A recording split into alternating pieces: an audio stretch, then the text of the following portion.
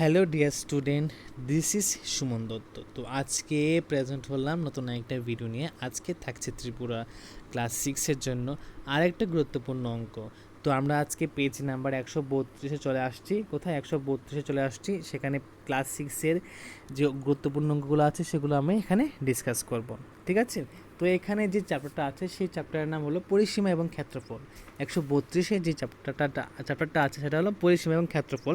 তো সেখান থেকে আমাদেরকে অনেক কিছু শিখতে হবে এক্সট্রা।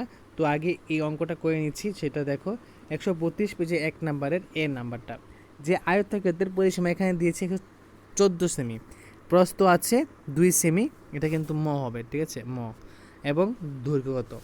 এখানে একটা জিনিস লক্ষ্য করো যে এখানে আয়তক্ষেত্রের পরিসীমা দিয়েছে, ঠিক আছে? কত দিয়েছে তারা দিয়েছে এখানে 14।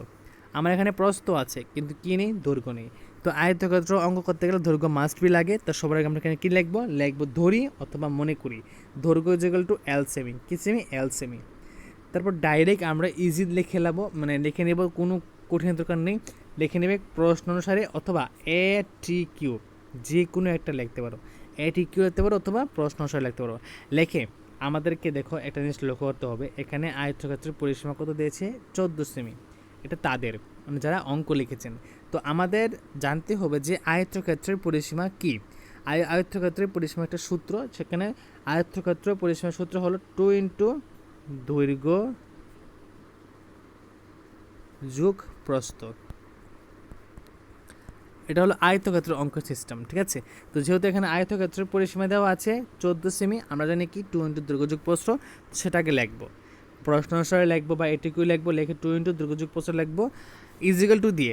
এটা হলো আমাদের পরিসীমা, আমরা বের করেছি। আর তারা কত দিয়েছে? তারা দিয়েছে এখানে 14, তার জন্য আমি এখানে 14 লিখেছি, ঠিক আছে?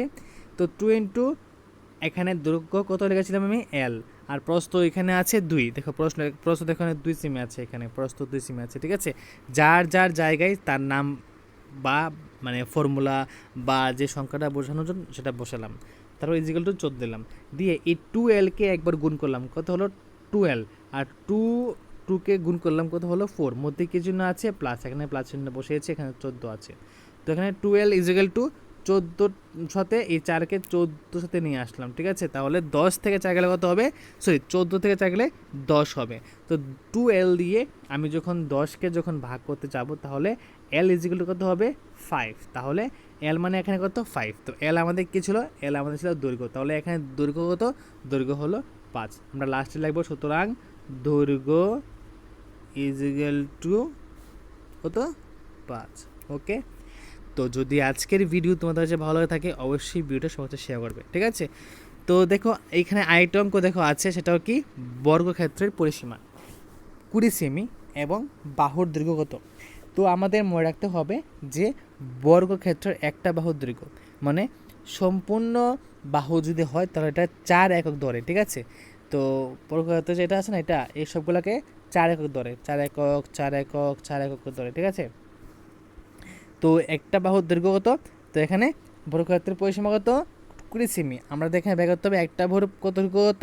তো এখানে ডাইরেক্ট লিখবে যে এখানে একটি বাহু দৈর্ঘ্য, আমরা জানি প্রত্যেকটা বাহু দৈর্ঘ্য কত? 4। তো 4 দিয়ে 20কে ভাগ করবে, কত হবে? 5। তাহলে এখানে দৈর্ঘ্য কত হলো? দৈর্ঘ্য হলো 5 লিখবে। সুতরাং দৈর্ঘ্য ইকুয়াল টু 5, ঠিক আছে?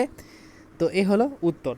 যদি ভিডিও ভালো লাগে থাকে অবশ্যই ভিডিও সবার কাছে শেয়ার করবে, এবং তুমি যদি চ্যানেল নতুন হয়ে থাকো তাহলে চ্যানেলটা অবশ্যই সাবস্ক্রাইব করে রাখবে, নোটিফিকেশনে অল প্রেস করে রাখবে। তাহলে কী হবে, যখনই আমি কোনো ভিডিও আপলোড করবো তোমরা ইজিলি পেয়ে যাবে। তো প্রথম থেকে শেষ অবধি দেখার জন্য সবাইকে অসংখ্য ধন্যবাদ, এবং আজকের ভিডিও এখানে শেষ করছি।